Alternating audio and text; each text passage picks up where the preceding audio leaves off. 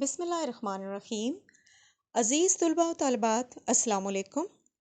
National بک foundation کی اردو کی کتاب جو کہ جماعت نہم کے لیے ہے، آج ہم اس کا دوسرا سبق قومی اتفاق، اس کے مشقی سوالات کریں گے۔ قومی اتفاق، اس کے مصنف کا نام سر سید احمد خان ہے، اور یہ جو آپ کا سبق ہے قومی اتفاق، یہ سر سید احمد خان کے مقالات سر سید ہیں، اس کا جو حصہ پنجم ہے اس میں سے یہ سبق لیا گیا ہے۔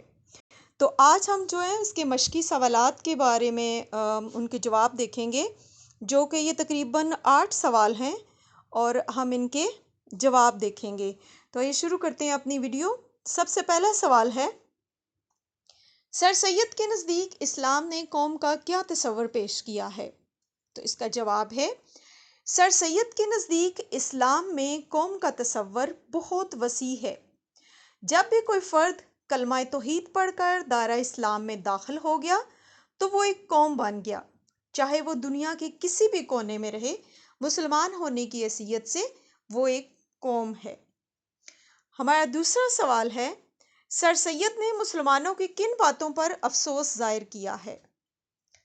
تو اس کا جواب ہے، سر سید نے مسلمانوں کی ان باتوں پر افسوس ظاہر کیا ہے کہ ہم آپس میں بھائی بھائی تو ہیں، مگر ہماری مثال حضرت یوسف علیہ السلام کے بھائیوں جیسی ہے کہ آپس میں دوستی اور محبت یکجہتی بہت کم ہے۔ حسد، بغض، عداوت یا دشمنی کا اثر جو ہے وہ بہت زیادہ پایا جاتا ہے۔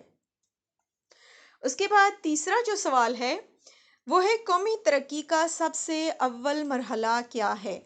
اس کا جواب ہے، قومی ترقی کا سب سے اول مرحلہ یہ ہے کہ ہم سب آپس میں اتفاق سے رہیں اور محبت کے ذریعے نفرت اور دشمنی کو ختم کریں اور قومی یکجہتی کا مظاہرہ کریں۔ سوال نمبر 4 ہے، بقول سر سید انسان کی ہستی میں کون سے 2 حصے شامل ہیں؟ تو اس کا جواب ہے، سر سید کے نزدیک انسان کی ہستی میں 2 حصے شامل ہیں، ایک خدا کا اور ایک ابنائے جنس یعنی اپنے جیسے انسانوں کا۔ یہاں پہ 2 طرح کے حقوق کا ذکر کیا گیا ہے، ایک اللہ تعالیٰ کے حقوق کا اور دوسرا بندوں کے حقوق کا۔ پانچواں جو سوال ہے وہ ہے، مصنف کے نزدیک قومی ہمدردی کن باتوں کا مجموعہ ہے؟ تو اس کا جواب ہے، مصنف کے نزدیک آپس کی محبت، باہمی دوستی، ایک دوسرے کی مدد کرنا، ایک دوسرے کی ہمدردی ہی قومی ہمدردی ہے۔ یعنی کہ انسان آپس میں محبت کے ساتھ رہے، باہم دوست رہے اور ایک دوسرے کی مدد کرے، تو یہ جو ہے قومی ہمدردی کا یہ باتیں جو ہیں وہ مجموعہ ہے۔ سوال نمبر 6 ہے، ہماری قوم کے تنزل کا سب سے بڑا سبب کیا ہے؟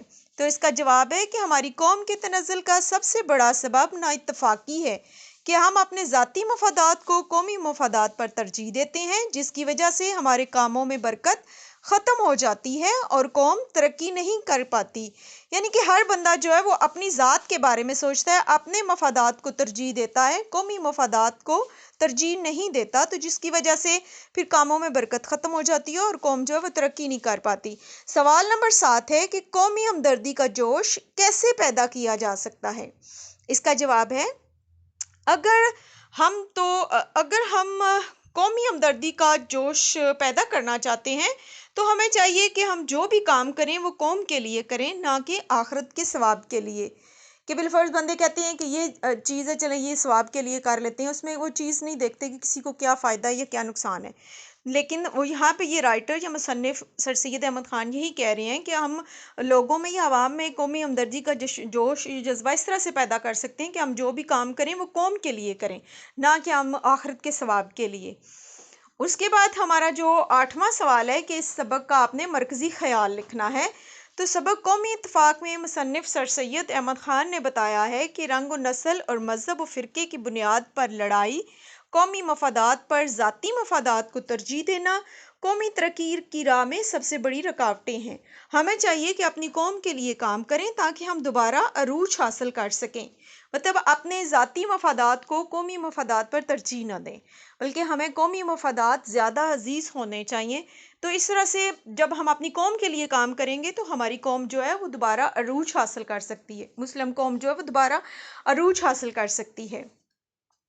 یہ تھے ہمارے جو سبق تھا قومی اتفاق، اس کے 8 جو مشقی سوالات تھے ان کے یہ جوابات ہیں۔ تو آپ نے ان کو اچھے طریقے سے دیکھنا ہے۔ پلیز میرے چینل کو سبسکرائب کیجئے، لائک کیجئے اور بیل آئیکن پہ کلک کریں تاکہ میری جو ویڈیوز ہیں یہ مسلسل یا تواتر کے ساتھ یا باقاعدگی کے ساتھ آپ کو ملتی رہیں۔ شکریہ۔